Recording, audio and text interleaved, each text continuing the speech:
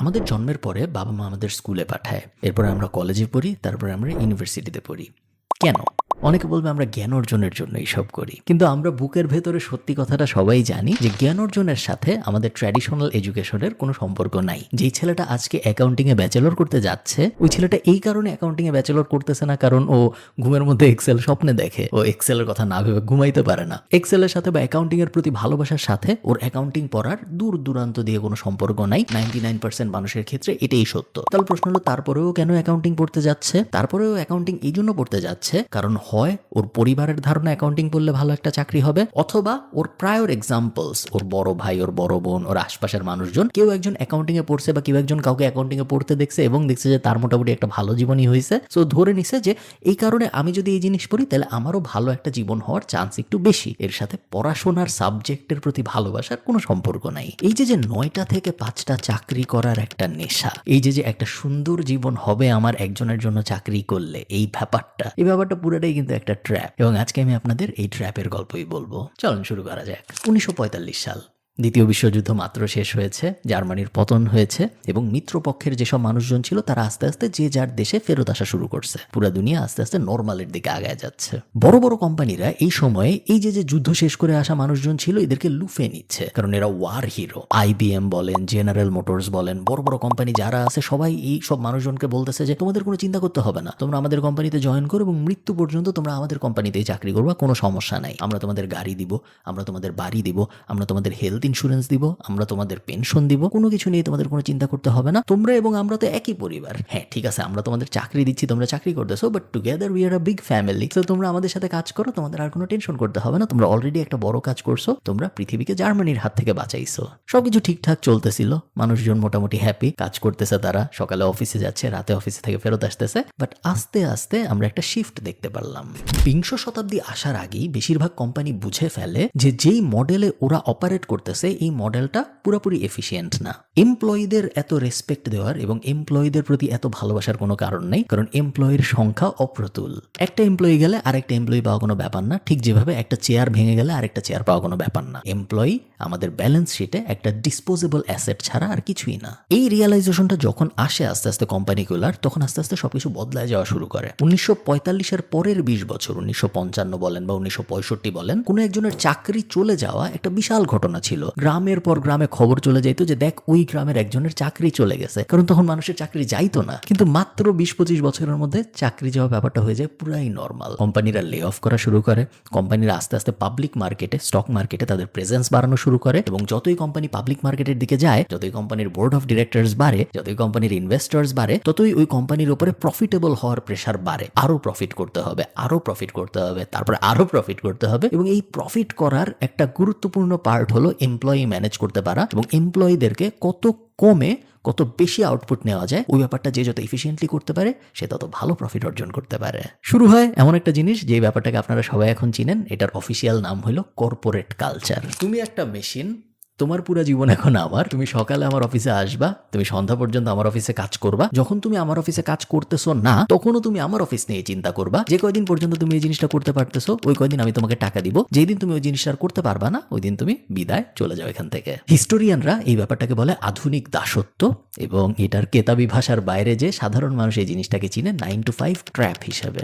আচ্ছা, কি মনে হয় আপনার, আমাদের যে সকাল 9টায় অফিসে যেতে হবে এবং আমাদের যে বিকাল 5টা পর্যন্ত অফিস করতে হবে, এই ব্যাপারটা কে ঠিক করলো? এটা সকাল 8টার থেকে 3টা হইলো না কেন, বা 12টার থেকে 2টা হইলো না কেন? সকাল 9টায় যাই শুরু করতে হবে, বিকাল 5টায় যাই শেষ হবে। এই অফিসিয়াল ভাগটা আসলে কে করে দিছে যে আমাদের জীবনের 24 ঘন্টা দিনে তার 3 ভাগের 1 ভাগ আমার অফিসের পেছনে, অন্য আরেকজনের কোম্পানির পেছনে দিতে হবে? ইন্ডাস্ট্রিয়াল রেভলিউশনের আগ পর্যন্ত মানুষ নিজেরটা নিজে চিন্তা করতে পারতো। আমার ক্ষেত আছে, আমি আমার ক্ষেতে টমেটো ফলাই, সামার যদি আসে, গরম যদি পড়ে, আমি বেশি টমেটো ফলাই, আমি সারাদিনই কাজ করি। আবার শীতকাল যখন আসে দেখা যায় আমি কোনো কাজই করি না। আমি নিজে ডিসিশন নেই আমার ক্ষেতের জন্য আমি কতটুকু কাজ করবো। যারা খামারি ছিল তাদের জন্য সত্য, যারা ওই সময়ে অন্যান্য ব্যবসা বাণিজ্য করতো, চাল ফলাইতো, ডাল ফলাইতো, গরু বলতো, সবার জন্য এই কথা সত্য। তারা নিজেরা ডিসাইড করতে পারতো ডিপেন্ডিং অন সিচুয়েশন, প্রকৃতি ইত্যাদি ইত্যাদি, যে কখন তাদের একটু বেশি কাজ করতে হবে, কখন তাদের একটু কম কাজ করতে হবে। এমনও হয়েছে তারা দিনে 24 ঘন্টা কাজ করছে, আবার এমনও হয়েছে তারা দিনে 1 ঘন্টাও কাজ করে নাই। অন্য কেউ তাদের বলার মতো ছিল না না যে আজকে তোর কাজ করতেই হবে, সে নিজেই বুঝতো কখন তার কাজ করতে হবে। ইন্ডাস্ট্রিয়াল রেভলিউশনের পরে যখন ফ্যাক্টরি আসা শুরু হইলো তখন একটা নতুন লেয়ার অফ এমপ্লয়মেন্ট আসলো, ম্যানেজার্স। এখন আর আমরা নিজের কথা নিজে শুনে নিজের মতো করে কাজ করতে পারি না। এখন আমাদের একটা বস আছে, এখন আমাদের একটা ম্যানেজার আছে, সে আমাদের বলে দেয় কিভাবে কাজ করতে হবে। এই ম্যানেজার যে আমাদের থেকে খুব বেশি কিছু জানে তা না। এই ম্যানেজার এবং আমাদের মধ্যে মেইন ডিফারেন্সটাই হইল অ্যাক্সেসের ডিফারেন্স। ম্যানেজারের তার উপরে যারা আছে, বস টাইপ মানুষজন, সিইও টাইপ মানুষজন, কোম্পানির মালিক টাইপ মানুষজন, এদের সাথে ম্যানেজারের কোয়ালিশন ভালো, এবং ম্যানেজারের কথা যদি আমরা না শুনি তাহলে বসদের কাছে আমাদের ইমপ্রেশন খারাপ হবে এবং আমাদের চাকরি চলে যাবে। ম্যানেজার আমাদের থেকে বেশি স্কিল্ড এরকম না ব্যাপারটা, জাস্ট ম্যানেজারদের রাখাই হয়েছে কারণ এত বেশি মানুষকে একজন বস বা একজন সিইও ম্যানেজ করতে পারবে না, এই কারণেই ম্যানেজার রাখা হয়েছে যে ম্যানেজ করবে। এখন ম্যানেজার তো রাখা হইলো, কিন্তু হাজার বছর ধরে মানুষ নিজের মতো করে খেতে খামারে কাজ করছে, এদেরকে তো ডিসিপ্লিনে আনা কঠিন। অনেক স্মার্ট মানুষ মিলে চিন্তা করে বের করলো মানুষকে ডিসিপ্লিনে আনার জন্য ফার্স্ট এবং বেস্ট উপায় হলো তাদেরকে যদি ছোট্ট বেলার থেকেই এমন একটা সিস্টেমে ঢুকানো সম্ভব হয় যে সিস্টেমটা তাদের প্রপার ডিসিপ্লিন শেখাবে। আবিষ্কার হইল স্কুল সিস্টেমের। স্কুল সিস্টেম, ফ্যাক্টরি এবং ইন্ডাস্ট্রিয়াল রেভলিউশন পরবর্তী দুনিয়া, এই তিনটা মিলে এমন এক সিস্টেম ডেভেলপ করলো পৃথিবীতে যেখানে সবাই হয়ে গেল আধুনিক দাস। কেউ আর আগের মতো আরামের জীবন কাটায় না, সবাই অন্য আরেকজনের বিজনেস ইমপ্রুভ করার জন্য সারাদিন গাধার মতো খাটতেছে। এবং এই যে পুরা ব্যাপারটা, এই পুরো ব্যাপারটাকেই আমরা বলতেছি আধুনিক দাসত্ব। এবং এই আধুনিক দাসত্বর একটা বড় নিয়ামক হলো স্যালারি। এক সময় মানুষ যখন যুদ্ধে যাইতো তখন লবণ এত দামি ছিল যে মানুষজনকে টাকা দেওয়া হইতো না, লবণ দিয়ে তাদের বেতন দেওয়া হইতো। যে তুমি যুদ্ধে অনেক ভালো করছো, তুমি নাও 1 কেজি লবণ, তুমি অনেক ভালো করো নাই, তুমি নাও আধা কেজি লবণ। লবণের ল্যাটিন নাম হইল স্যালারিয়াম, এবং এই স্যালারিয়াম কথাটার থেকে স্যালারি কথাটা এসেছে বা বেতন কথাটা এসেছে। আপনি একটা জিনিস চিন্তা করেন তো, এবং এই জিনিসটা আমাদের পরিচিত অনেকের সাথেই হয়েছে। কংগ্রাচুলেশনস করিম, এই হলো তোমার অফার লেটার, তুমি কাজ শুরু করতেছো আগামী সপ্তাহে বা আগামী মাসে আমাদের সাথে। অফার লেটারের ভিতরে লেখা আছে তোমার কাজকর্মের টার্মস, তুমি পাবা মাসে 30,000 টাকা, তোমার ছুটি থাকবে সপ্তাহে 2 দিন, 2 ঈদে তুমি আরো একটু বড় ছুটি পাবা এবং 2 ঈদে হয়তো তুমি বোনাসও পাবা, এবং আমরা খুবই এক্সাইটেড তোমার সাথে কাজ করার জন্য, তুমি জয়েন করো আগামী সোমবার বা রবিবার থেকে আমাদের কোম্পানিতে। এই অফার লেটারটা আপনি যখন অ্যাকসেপ্ট করলেন তখন আপনার সাথে খুব ইন্টারেস্টিং কিছু ব্যাপার হওয়া শুরু হইলো। 30,000 টাকা আপনি বেতন পাচ্ছেন ধরে নিলাম আমি। শুরুর দিকে এন্ট্রি লেভেল জব 90% ক্ষেত্রে বাংলাদেশে 30,000 20,000 এরকম থেকেই শুরু হয়। তার মধ্যে বাসা ভাড়া চলে গেল, বাচ্চা কাচ্চার খরচ চলে গেল, ডাক্তার বিল চলে গেল, খাবার খরচ চলে গেল, ট্রান্সপোর্ট চলে গেল। 30,000 খুব আহামরি আপনার বেঁচে থাকবে এরকম না। আপনি দেখবেন মাস শেষ হইতে হইতে আপনার হাতে কিছুই নাই, এবং আপনার মনের মধ্যে ব্যাক অফ দ্য মাইন্ড চিন্তা চলবে পরের মাসটা যদি আরেকটু তাড়াতাড়ি আসতো ভালো হইতো, কারণ আমি আবার নতুন করে 30,000 টাকা পাইতাম, যে টাকা আমি খরচ করতে পারতাম।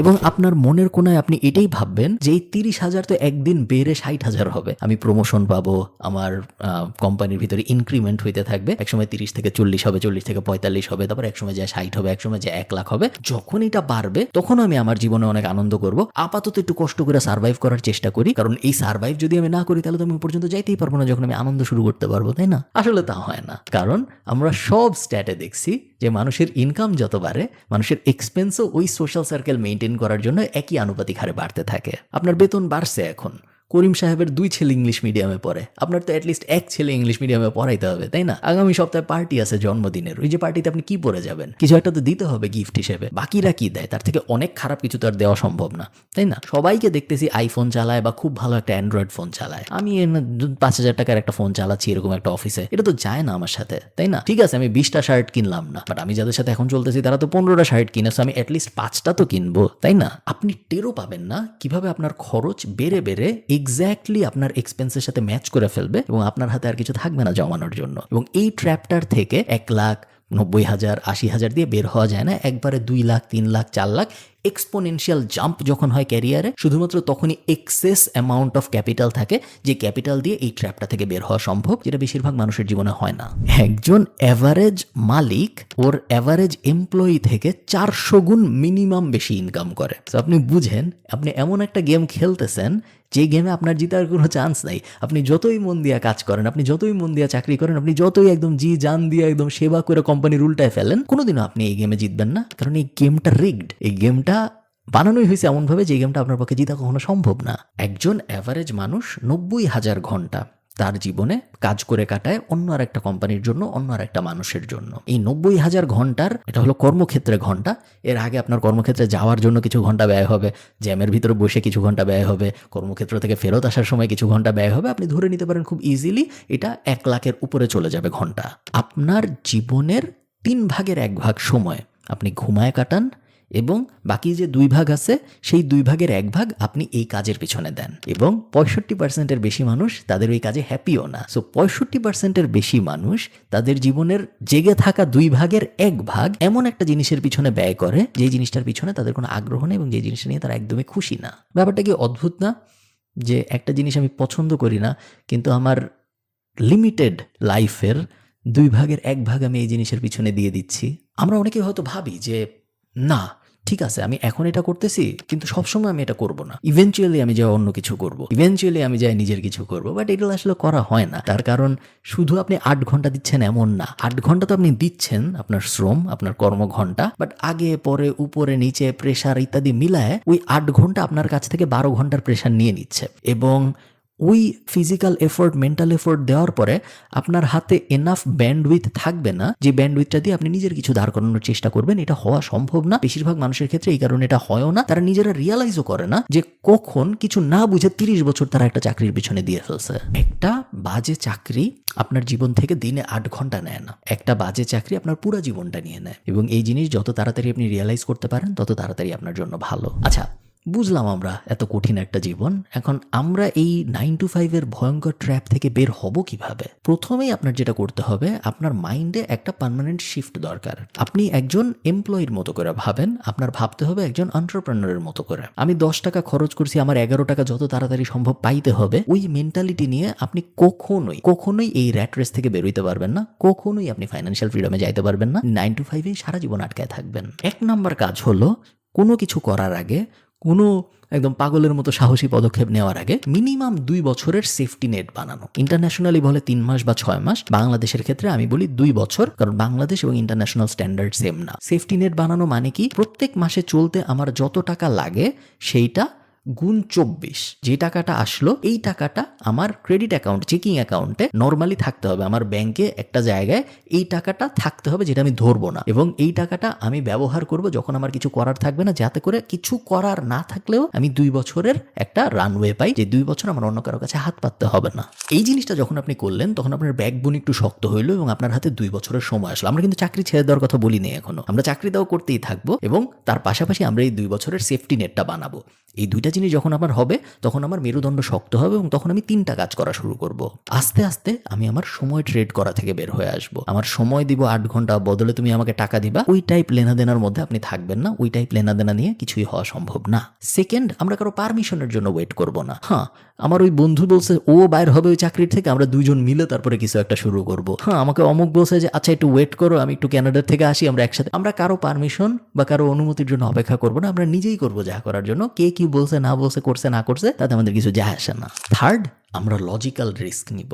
লজিক্যাল রিস্ক কি জিনিস? লজিক্যাল রিস্ক হলো এমন রিস্ক যেই রিস্কে আপনি যদি হেরে যান আপনার সব ধ্বংস হয়ে যাবে না। সো আমরা চাকরি ছেড়ে দিব না। চাকরি ছেড়ে দিয়ে একটা ফেসবুক পেজ খুলে আমরা টাঙ্গাইলের শাড়ি বিক্রি করা শুরু করবো না। ওইটা একটা বোকার মতো কাজ। আমরা লজিক্যাল রিস্ক নিব। আমরা কোম্পানির থেকে 1 মাসের একটা আনপেইড লিভ নেওয়ার চেষ্টা করব। আমরা কোম্পানিতে চাকরি করব ঠিক আছে, বাট একই সাথে আমরা কম ঘুমায় পাশাপাশি কিছু দাঁড় করানো যায় নাকি চেষ্টা করব। একটা রিস্ক হইতে পারে আমরা আমাদের সোশ্যাল সার্কেল একদম ছোট করে নিয়ে আসবো এবং সবাইকে বলবো ভাই আগামী 1 বছর আমার সাথে যোগাযোগ করবি না কেউ। আগামী 1 বছর আমি নিজের একটা কিছু দাঁড় করানোর চেষ্টা করব। হইলে দেখা হবে 1 বছর পরে, না হইলেও দেখা হবে 1 বছর পরে, বাট এই 1 বছর আমাকে আপনারা জ্বালাবেন না। ছোট ছোট রিস্ক নিব আমরা, লজিক্যাল রিস্ক নিব আমরা, এবং এই ছোট ছোট রিস্কগুলোর ছোট ছোট উইন মিলে মিলে একটা বড় কিছু হবে। প্ল্যান করে কখনোই আপনি এই যুদ্ধে জিতবেন না। প্ল্যান করে কখনোই জিতা যায় না যদি না অ্যাকশন নেওয়া হয়। প্রশ্ন হইল এই অ্যাকশন আপনি আদৌ নিবেন নাকি আগামী 30 বছর প্রত্যেক দিন 8 ঘন্টা মিনিমাম, কখনো কখনো 9 ঘন্টা, জ্যামে পড়লে 12 ঘন্টা আপনি এমন একটা কোম্পানির জন্য কাজ করতে থাকবেন যে কোম্পানির সাথে আপনার কোনো লেনাদেনা নাই। আপনার জন্মের আগেও ওই কোম্পানি ছিল,